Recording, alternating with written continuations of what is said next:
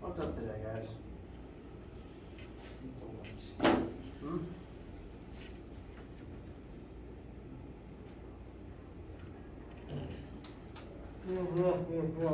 Would you agree? All right. Anyone need anything? Any questions about anything before we get started?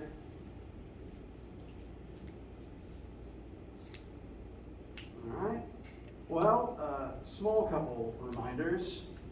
Today and Friday we'll be closing out rotation stuff, the end of chapters 7 and 8, and moving into test review stuff for next week. To help with that, I'm just going to show where I put it. There is a Test 2 tab with fresh review questions already loaded into it. There's 13 practice questions on this particular assignment. As a reminder, the practice stuff is always longer and more difficult than the test itself. The test is about 8 to 9 questions, just so that you have that information going through it. And on Friday and into Monday of next week, we will look over these, cover any other homework and test review stuff that you guys want to discuss. And as an additional reminder, classes next week during test week are focused entirely on study sessions. So if you come, those who show up will talk about any practice questions you guys have, any concepts you want to go over. And as an additional reminder, advertising for student tutoring as well on Tuesday and Thursday nights. People there are also able to help. Today, we're going to continue on with rotation.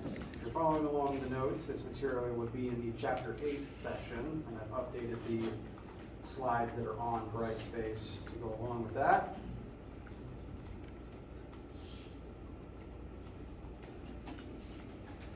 Now, in our rotation studies, we've been talking about how the various linear concepts we've been discussing throughout the semester have their own angular counterparts that reflect the translation from straight lines to rotation. All the things we've already discussed, we've already talked about these 3 angular counterparts, and we're going to add a few more to the list, because as it turns out, most things, most formulas and variables that relate to linear motion also have angular counterparts. And so I'm going to fill in the rest of the table now, but we'll spend the next couple days talking about the counterparts. And as a further reminder, they all relate to each other and basically mean the same things as their linear forms. So what you already know is not going out the window, we're just adding on to it.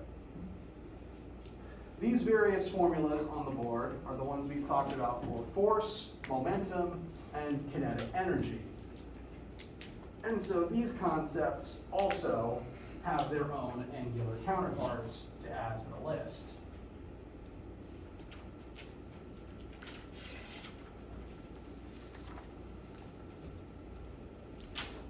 I'll go ahead and name them and label them briefly. The counterpart to linear momentum is rather succinctly called angular momentum. The symbol for it is an uppercase L, for reasons that have never been told to me. And whereas linear momentum represents an object's tendency to move in a straight line, how difficult it is to change something's velocity in a straight line, angular momentum represents how difficult it is to change the direction of something's rotation. As a quick demonstration, if this bike wheel isn't spinning, it will fall straight down. Whereas if it is spinning, it wants to keep spinning in the same axis and will fight gravity to do so. So this is angular momentum, whereas linear momentum, you want to keep moving in a straight line. Angular momentum, you want to keep spinning in the same orientation you've been spinning. This is where gyroscopes come from.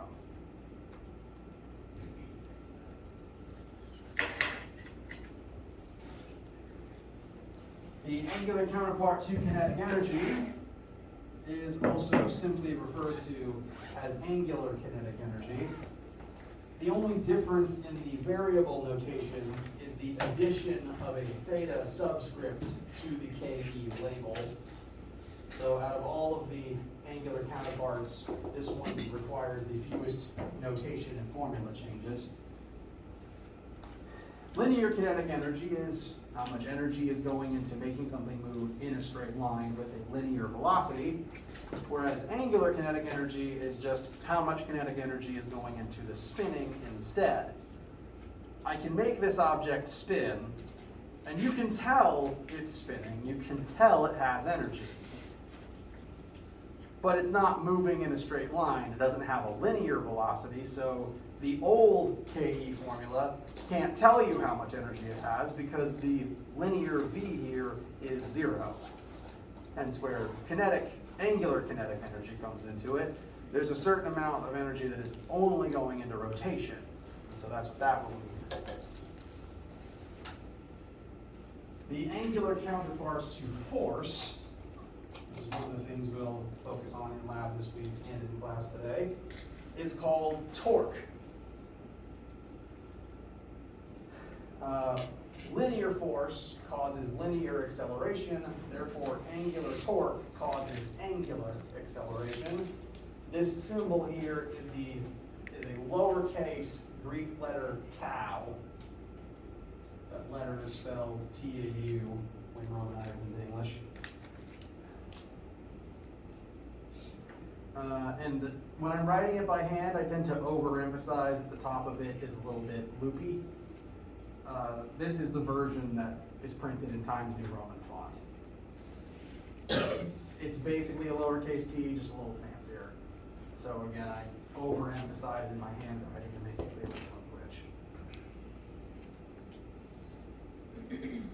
And the last angular counterpart that we're going to look at, and it's the one we're going to study first today, is the angular counterpart of mass. As a physics professional, I find it fairly frustrating that mass even has an angular counterpart, but it does.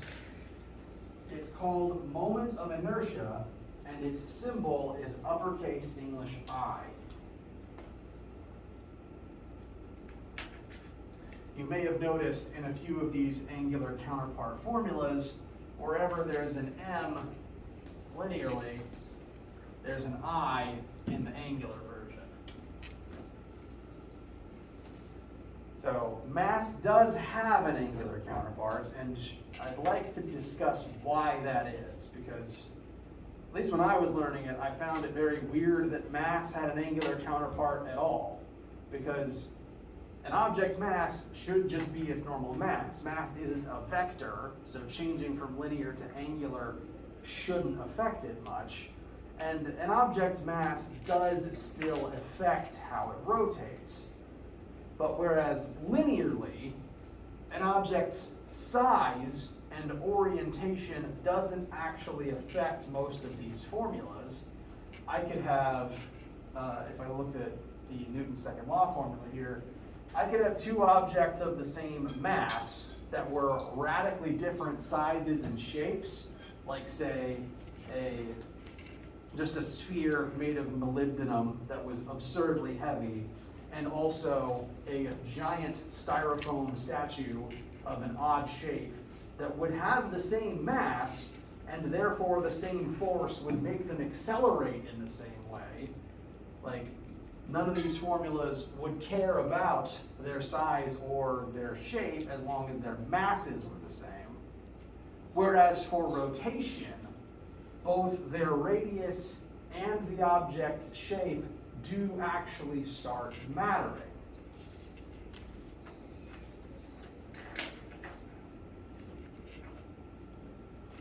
This is just a bound notebook. I'm using it because it's rigid and won't change its shape too much like some other books with soft covers. And I'm going to make this object rotate in 3 different axes to try to show you the difference between the axes, to show you that how an object rotates, how its mass is distributed through the rotation affects its rotation. So I'm going to take this book, I'm going to throw it into the air 3 different ways. First, I'm going to make it spin like this, throwing it along this axis through the narrowest part of the book. Now, I just want you to note how fast it spins. Oops. Consider that the baseline. Pretty quick. Now I'm going to rotate it and spin it through the longest axis, throwing it like this. I just want you to note the speed difference.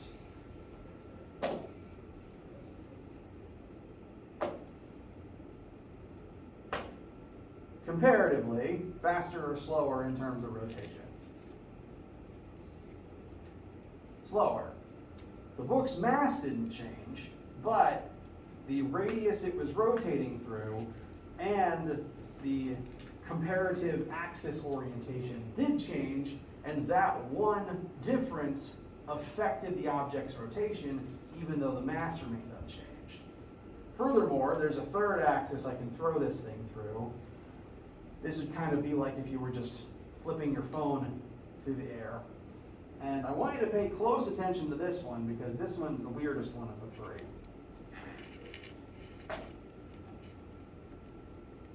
Notice something funny? You can try this yourself if you have your phone or a similarly shaped object. Don't risk breaking your phone. I'm not endorsing risking your phone. But if you have a similarly shaped object and you flip it, it does a couple backflips when you rotate it through this axis, which is proof that this object has a different tendency to rotate through all of those different axes we just showed. Proving, frustratingly, that mass isn't the only thing that matters when it comes to what goes into this slot of the formula in rotation. Just the actual mass number isn't important anymore. What matters is, in addition to mass, object's size, object's shape, and the axis it specifically is rotating through in this example. As a similar sort of case, this wheel was made to spin through this axis. This wheel is very easy to spin through this particular axis. This is what it was designed for.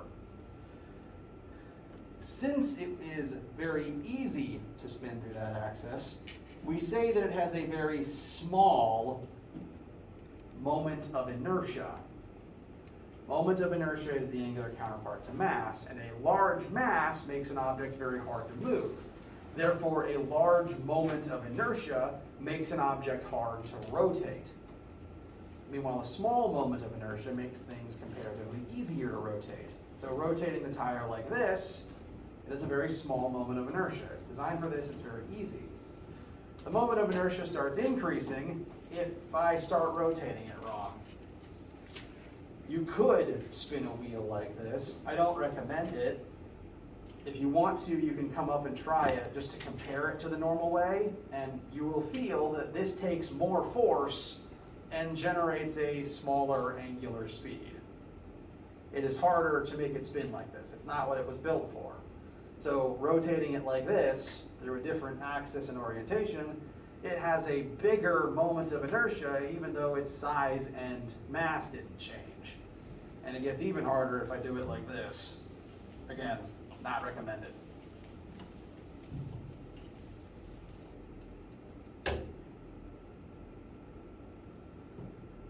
So these are the factors that affect an object's moment of inertia, and they have to be taken into account when looking at these various rotational concepts.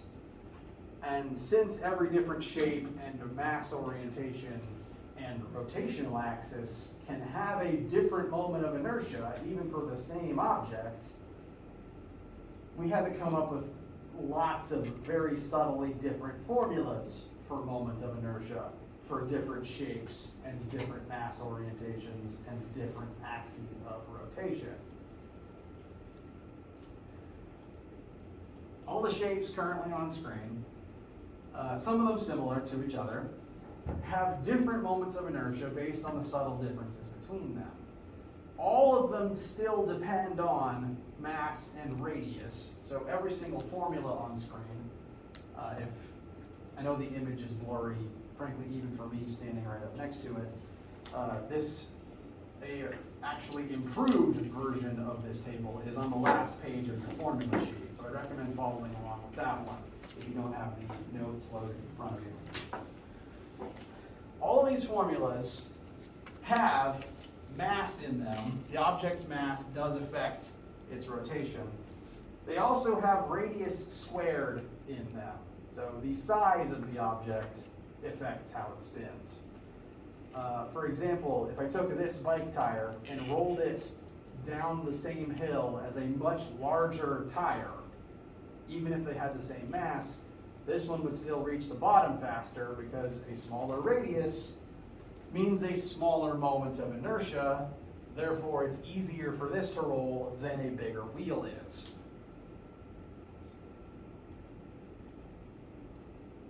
So mass and radius matters in each of these separate formulas. The difference between all of them is a small fraction on the front that represents comparatively how easy it is to make that particular shape spin through that axis when compared to the others.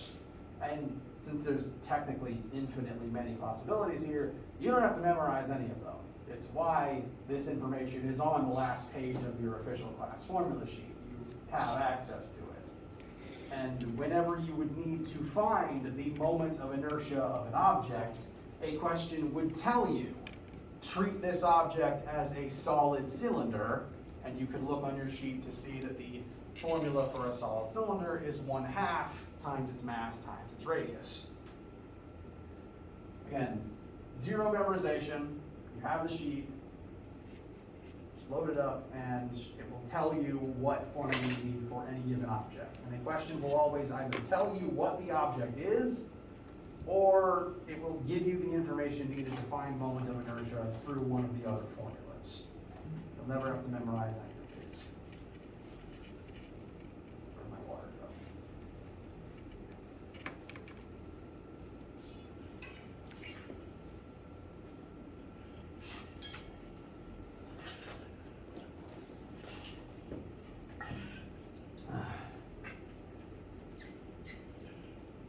Now, comparing some of these formulas together, for the sake of argument, let's briefly compare the solid cylinder to the hollow one.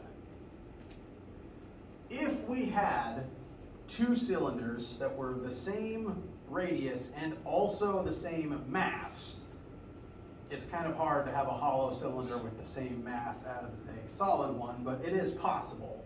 Like if the solid one was made out of aluminum and the hollow one was made out of lead or something, to keep their masses the same.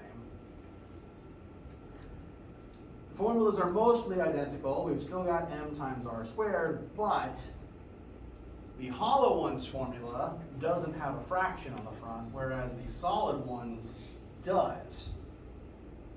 The solid ones specify 1/2 times mass times radius squared.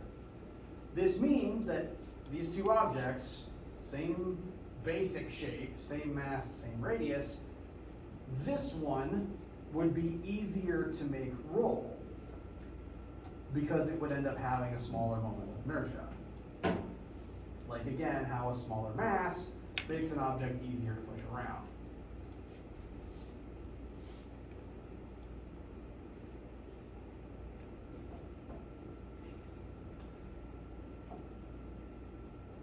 How does this feel so far?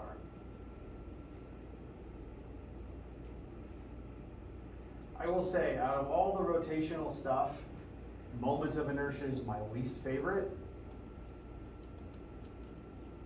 I find it weird. I don't like having to bother coming to this table to find the moment for any given specific object. But it is frustratingly something that one must consider when looking at any of these rotational concepts that normally involve mass in the linear space. And at the very least, it does mean that any machine that involves moving parts, that involves spinning parts, a lot more math had to go into their creation to make sure everything was balanced and working right. So any of your personal devices that involve rotating parts. A lot of work went into that, so take care of it. So, we're talking about moments of inertia because since it is the angular counterpart to mass, and since mass is in so many of our linear formulas, we need to address it to then look at the angular versions of those formulas. First one that we're going to talk about is torque. This formula is the direct counterpart to the Newton's second law formula we've been using for force all semester. Linear force equals mass times acceleration. Hope that one's very familiar to you at this point. And if we were to take every single part of this formula and directly translate it into its angular counterpart, linear acceleration becomes angular acceleration, mass becomes moment of inertia, and force becomes torque. This should tell us that the purpose of torque is to cause angular acceleration, like how the purpose of linear force is to cause linear acceleration. You exert a force on mass and it starts moving. You exert a torque on something that can spin and it should start spinning. Any object that is stationary and then begins rotating is because of a torque that made it spin. Like how all objects that are stationary and begin moving in a straight line, some force had to act on them to do that.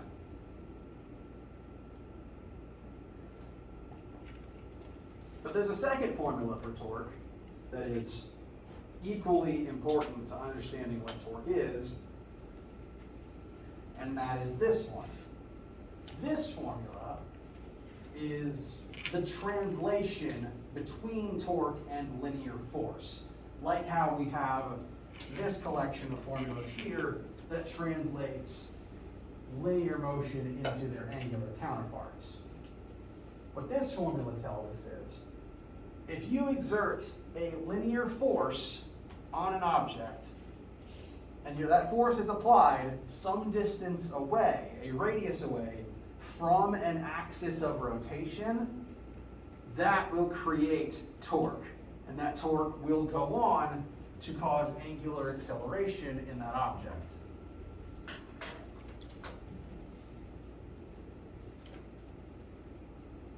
So torque comes from taking an object, noting that there is a distance between where the force is applied to the axis of rotation.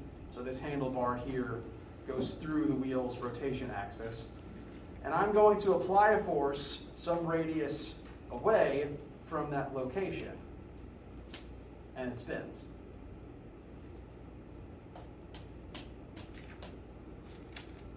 So, this act, the fact the force is being applied here instead of here, is what generates the torque that causes the spin.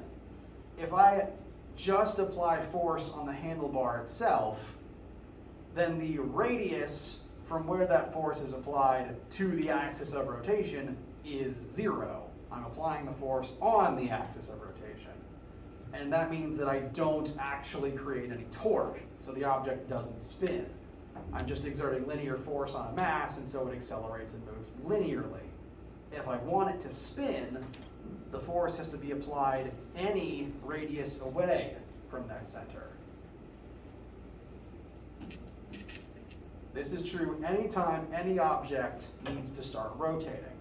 And you use this on a daily basis, I assume, because, and I admit this is an assumption, that most people open at least one door every day. Western-style doors were built entirely around the concept of torque. Note, we have here the hinges, an axis of rotation, and the doorknob is placed some horizontal radius away from them. You apply a force on the doorknob, that generates torque, that causes angular acceleration of the door, hence why it spins and opens and closes.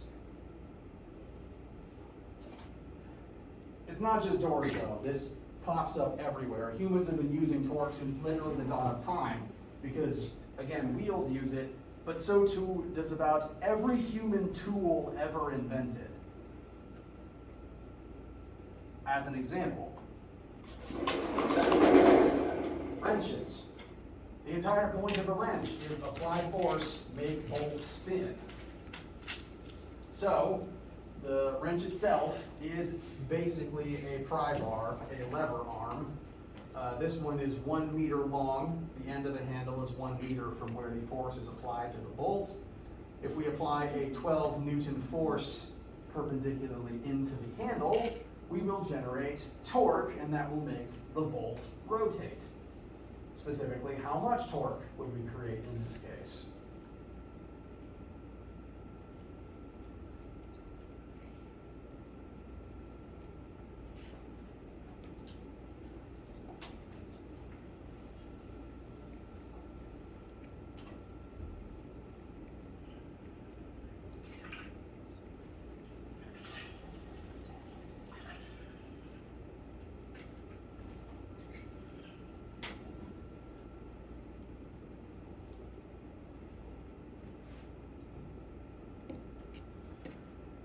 Correct. Take our radius of 1, multiply it by the force applied at that distance away. 12 times 1 is going to be 12 Newton meters. The unit for torque is Newton meters. Newtons times meters.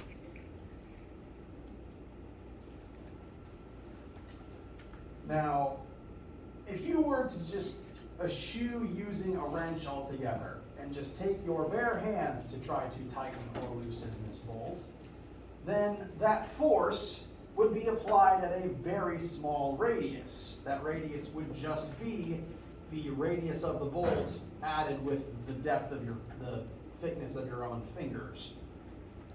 It's not going to be a lot of torque because the radius is so small. Note the formula: small radius, small torque.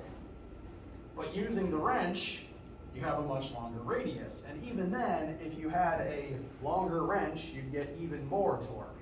Double the radius, double the torque, even if the force stays the same.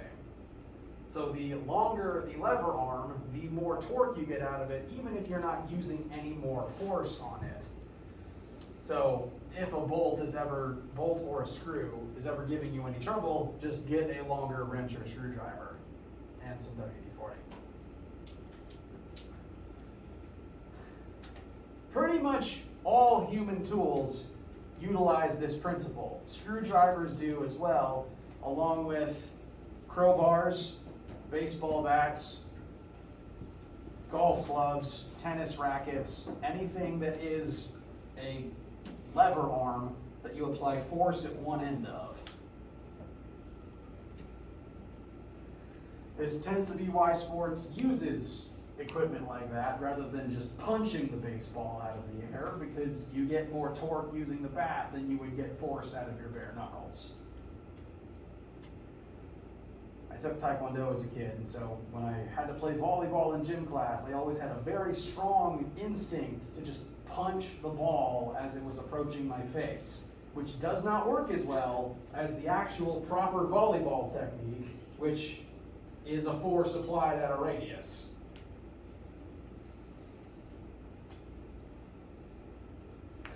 So, torque is everywhere. You can't escape it. You've been using it your whole life, I presume. Frankly, your arms are literally lever arms if you do anything to swing them around.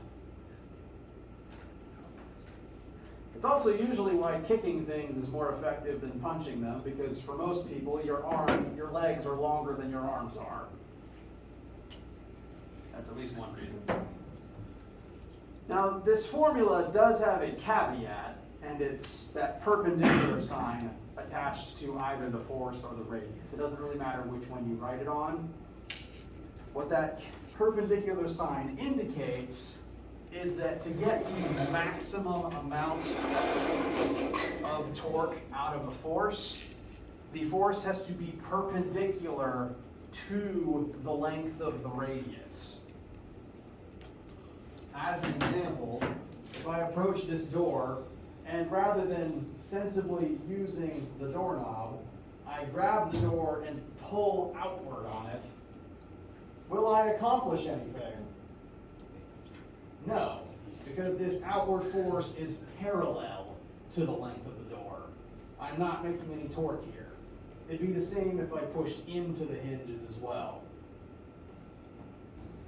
Nothing productive would be accomplished there. So for this formula to work right, the force must be perpendicular to the radius. It's why the wrench I drew a second ago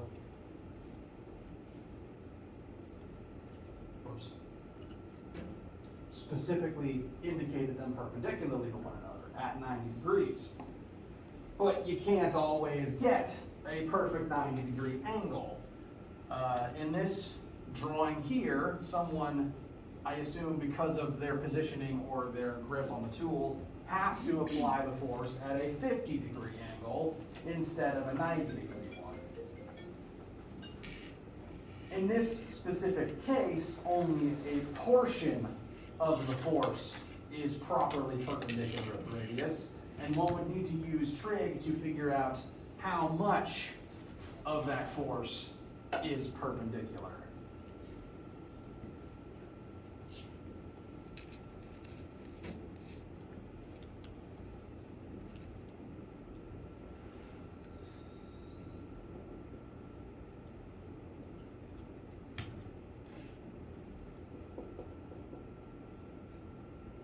So I'm taking the wrench and I'm redrawing it over here in a more standard horizontal vertical orientation. Wrench length is in the horizontal axis. The 12 Newton force is applied 50 degrees from that axis instead of the more ideal 90 degrees. And we would need to know the y-axis portion of that force to be able to use it in this formula. You can only put the full 12 newtons here if the full 12 is perpendicular, but here it's not. Only the y portion is. So before using this formula in this altered example, one must find the perpendicular section first. So sine of 50, you'll sadly never escape trig in this class, equals fy, sine equals opposite over hypotenuse, so sine of 50 is fy over 12. Fy is 12 times sine 50, and therefore the y-axis portion of that 12 Newton force is 9.19 newtons. That would then be the force that you plug in here, because that's the portion that is perpendicular to the radius. So just by changing the angle, we would reduce our effectiveness from 12 Newton meters to 9.19 Newton meters.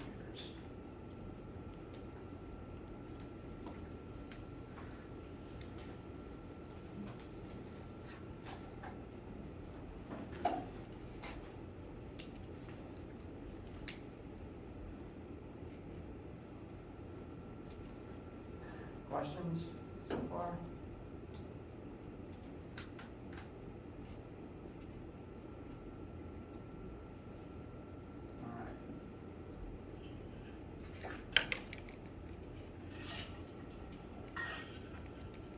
So, general tips for using doors and tools. To get the most out of any tool, apply the force as best you can perpendicularly to the axis of to the length axis, and also try to have as long of a tool as you can, as long as a radius as you can. It's hypothetically possible. There's a quote from Newton that says, "Give me a long enough lever arm and I could move the earth." And that is technically true.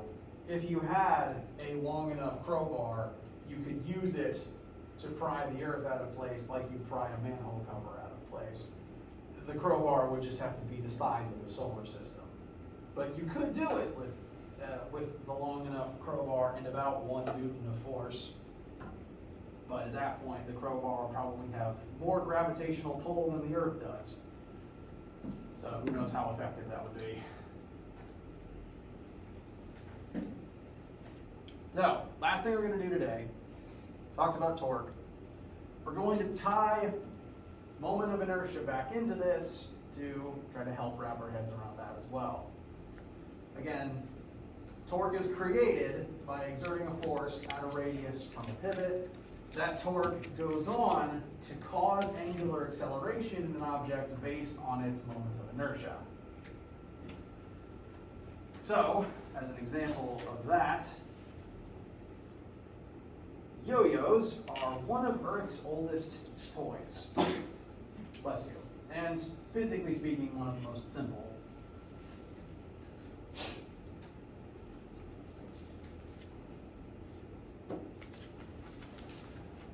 For our purposes today,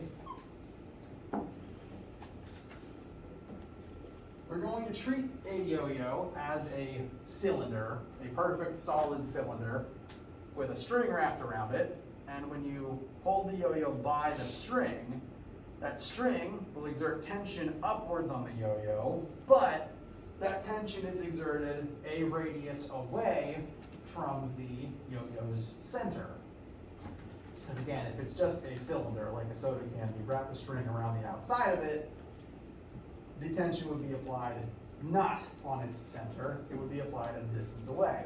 So that force at a distance away will create torque, and that's why the yo-yo spins on its way down rather than just dropping.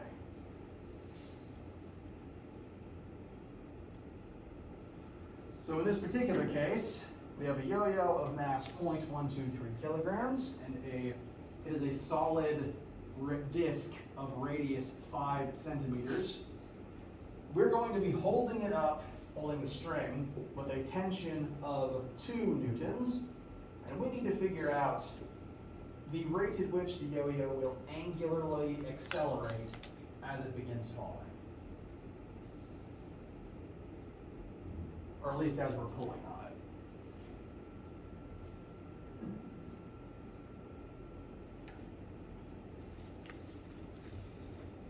Any questions about the physical setup before I talk you through how to work this one?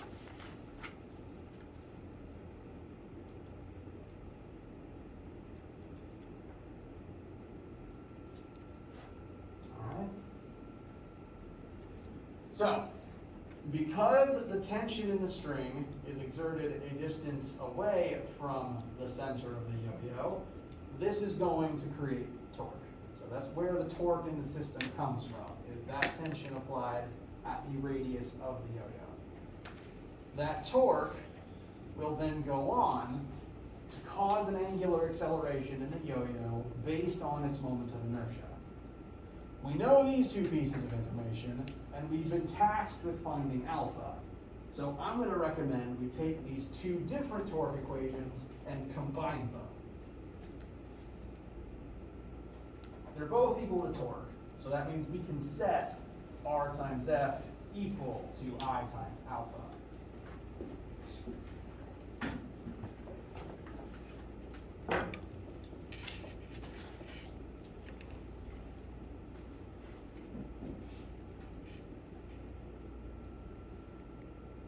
You could also just solve for the torque number and then plug it in here. That is also a valid method. I just like saving steps. So now, we know the radius of the yo-yo. We know the force of tension that is being applied perpendicularly to the yo-yo's radius. We want alpha. So to get alpha, that means we need to approximate something for I, for the yo-yo's moment of inertia. Moment of inertia, again, depends on the object's shape and its mass and its radius, and we were told that we can treat this object as a solid disk. That is a shape that we can then take to the chart in your formula sheet. And note, a solid cylinder or disk rotating through its own center axis has a moment of inertia of 1/2 times its mass times its radius squared. So any question like this where you're told this is, treat the object as X shape, that is your invitation to check this chart for the exact formula for that object's moment of inertia. Always have, you have this chart, I promise. So that means we can write 1/2 mr squared in place of I.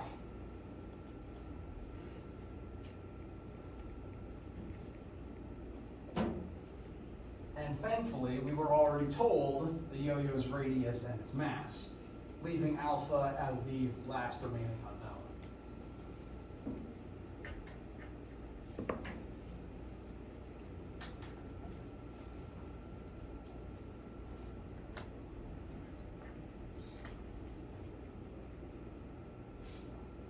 Any questions arriving at this setup?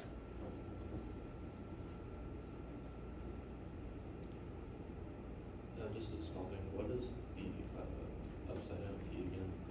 That is the perpendicular symbol. Okay. That is just a reminder that the force needs to be perpendicular to the radius, and in this case it is, since the force from the string is tangent to the circle.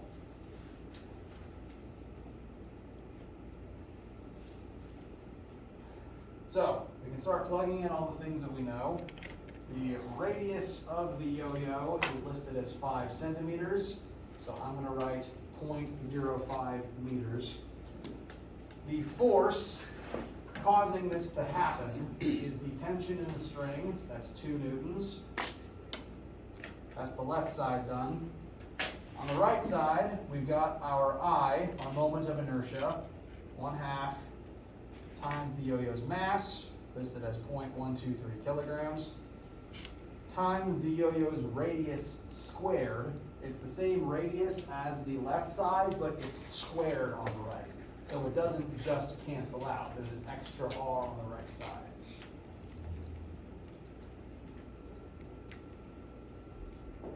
And then all that times our unknown alpha.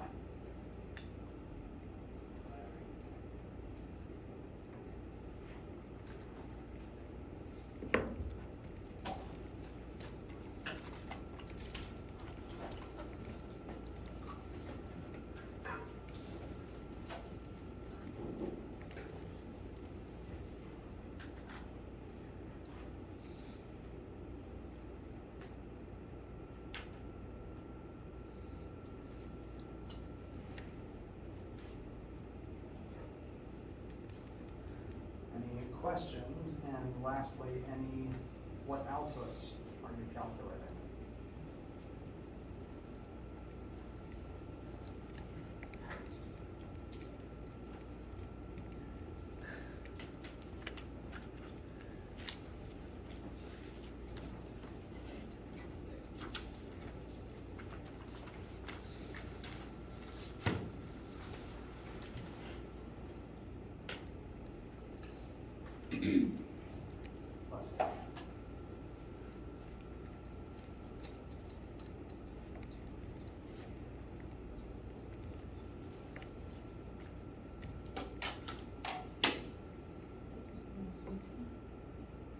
Yep. Is anyone disagreeing with about 650? I think it's 0.4.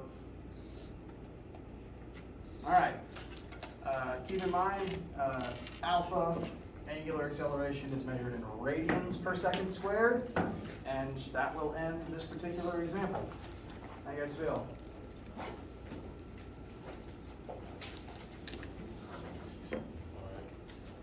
Okay. Now, that'll wrap things up for today. Just a reminder, next time we'll close out Chapter 7 by briefly examining angular momentum and angular kinetic energy, just going over the formulas and pointing out what they mean compared to their counterparts. Then we'll be moving into homework and test territories for next week. If you haven't had lab yet this week, the lab will be an application of this torque information, but namely applied to a system where torques are balanced and there is no rotation. Kind of like how net force equals 0 means no acceleration. Any questions, needs, concerns, etc. before we break for today?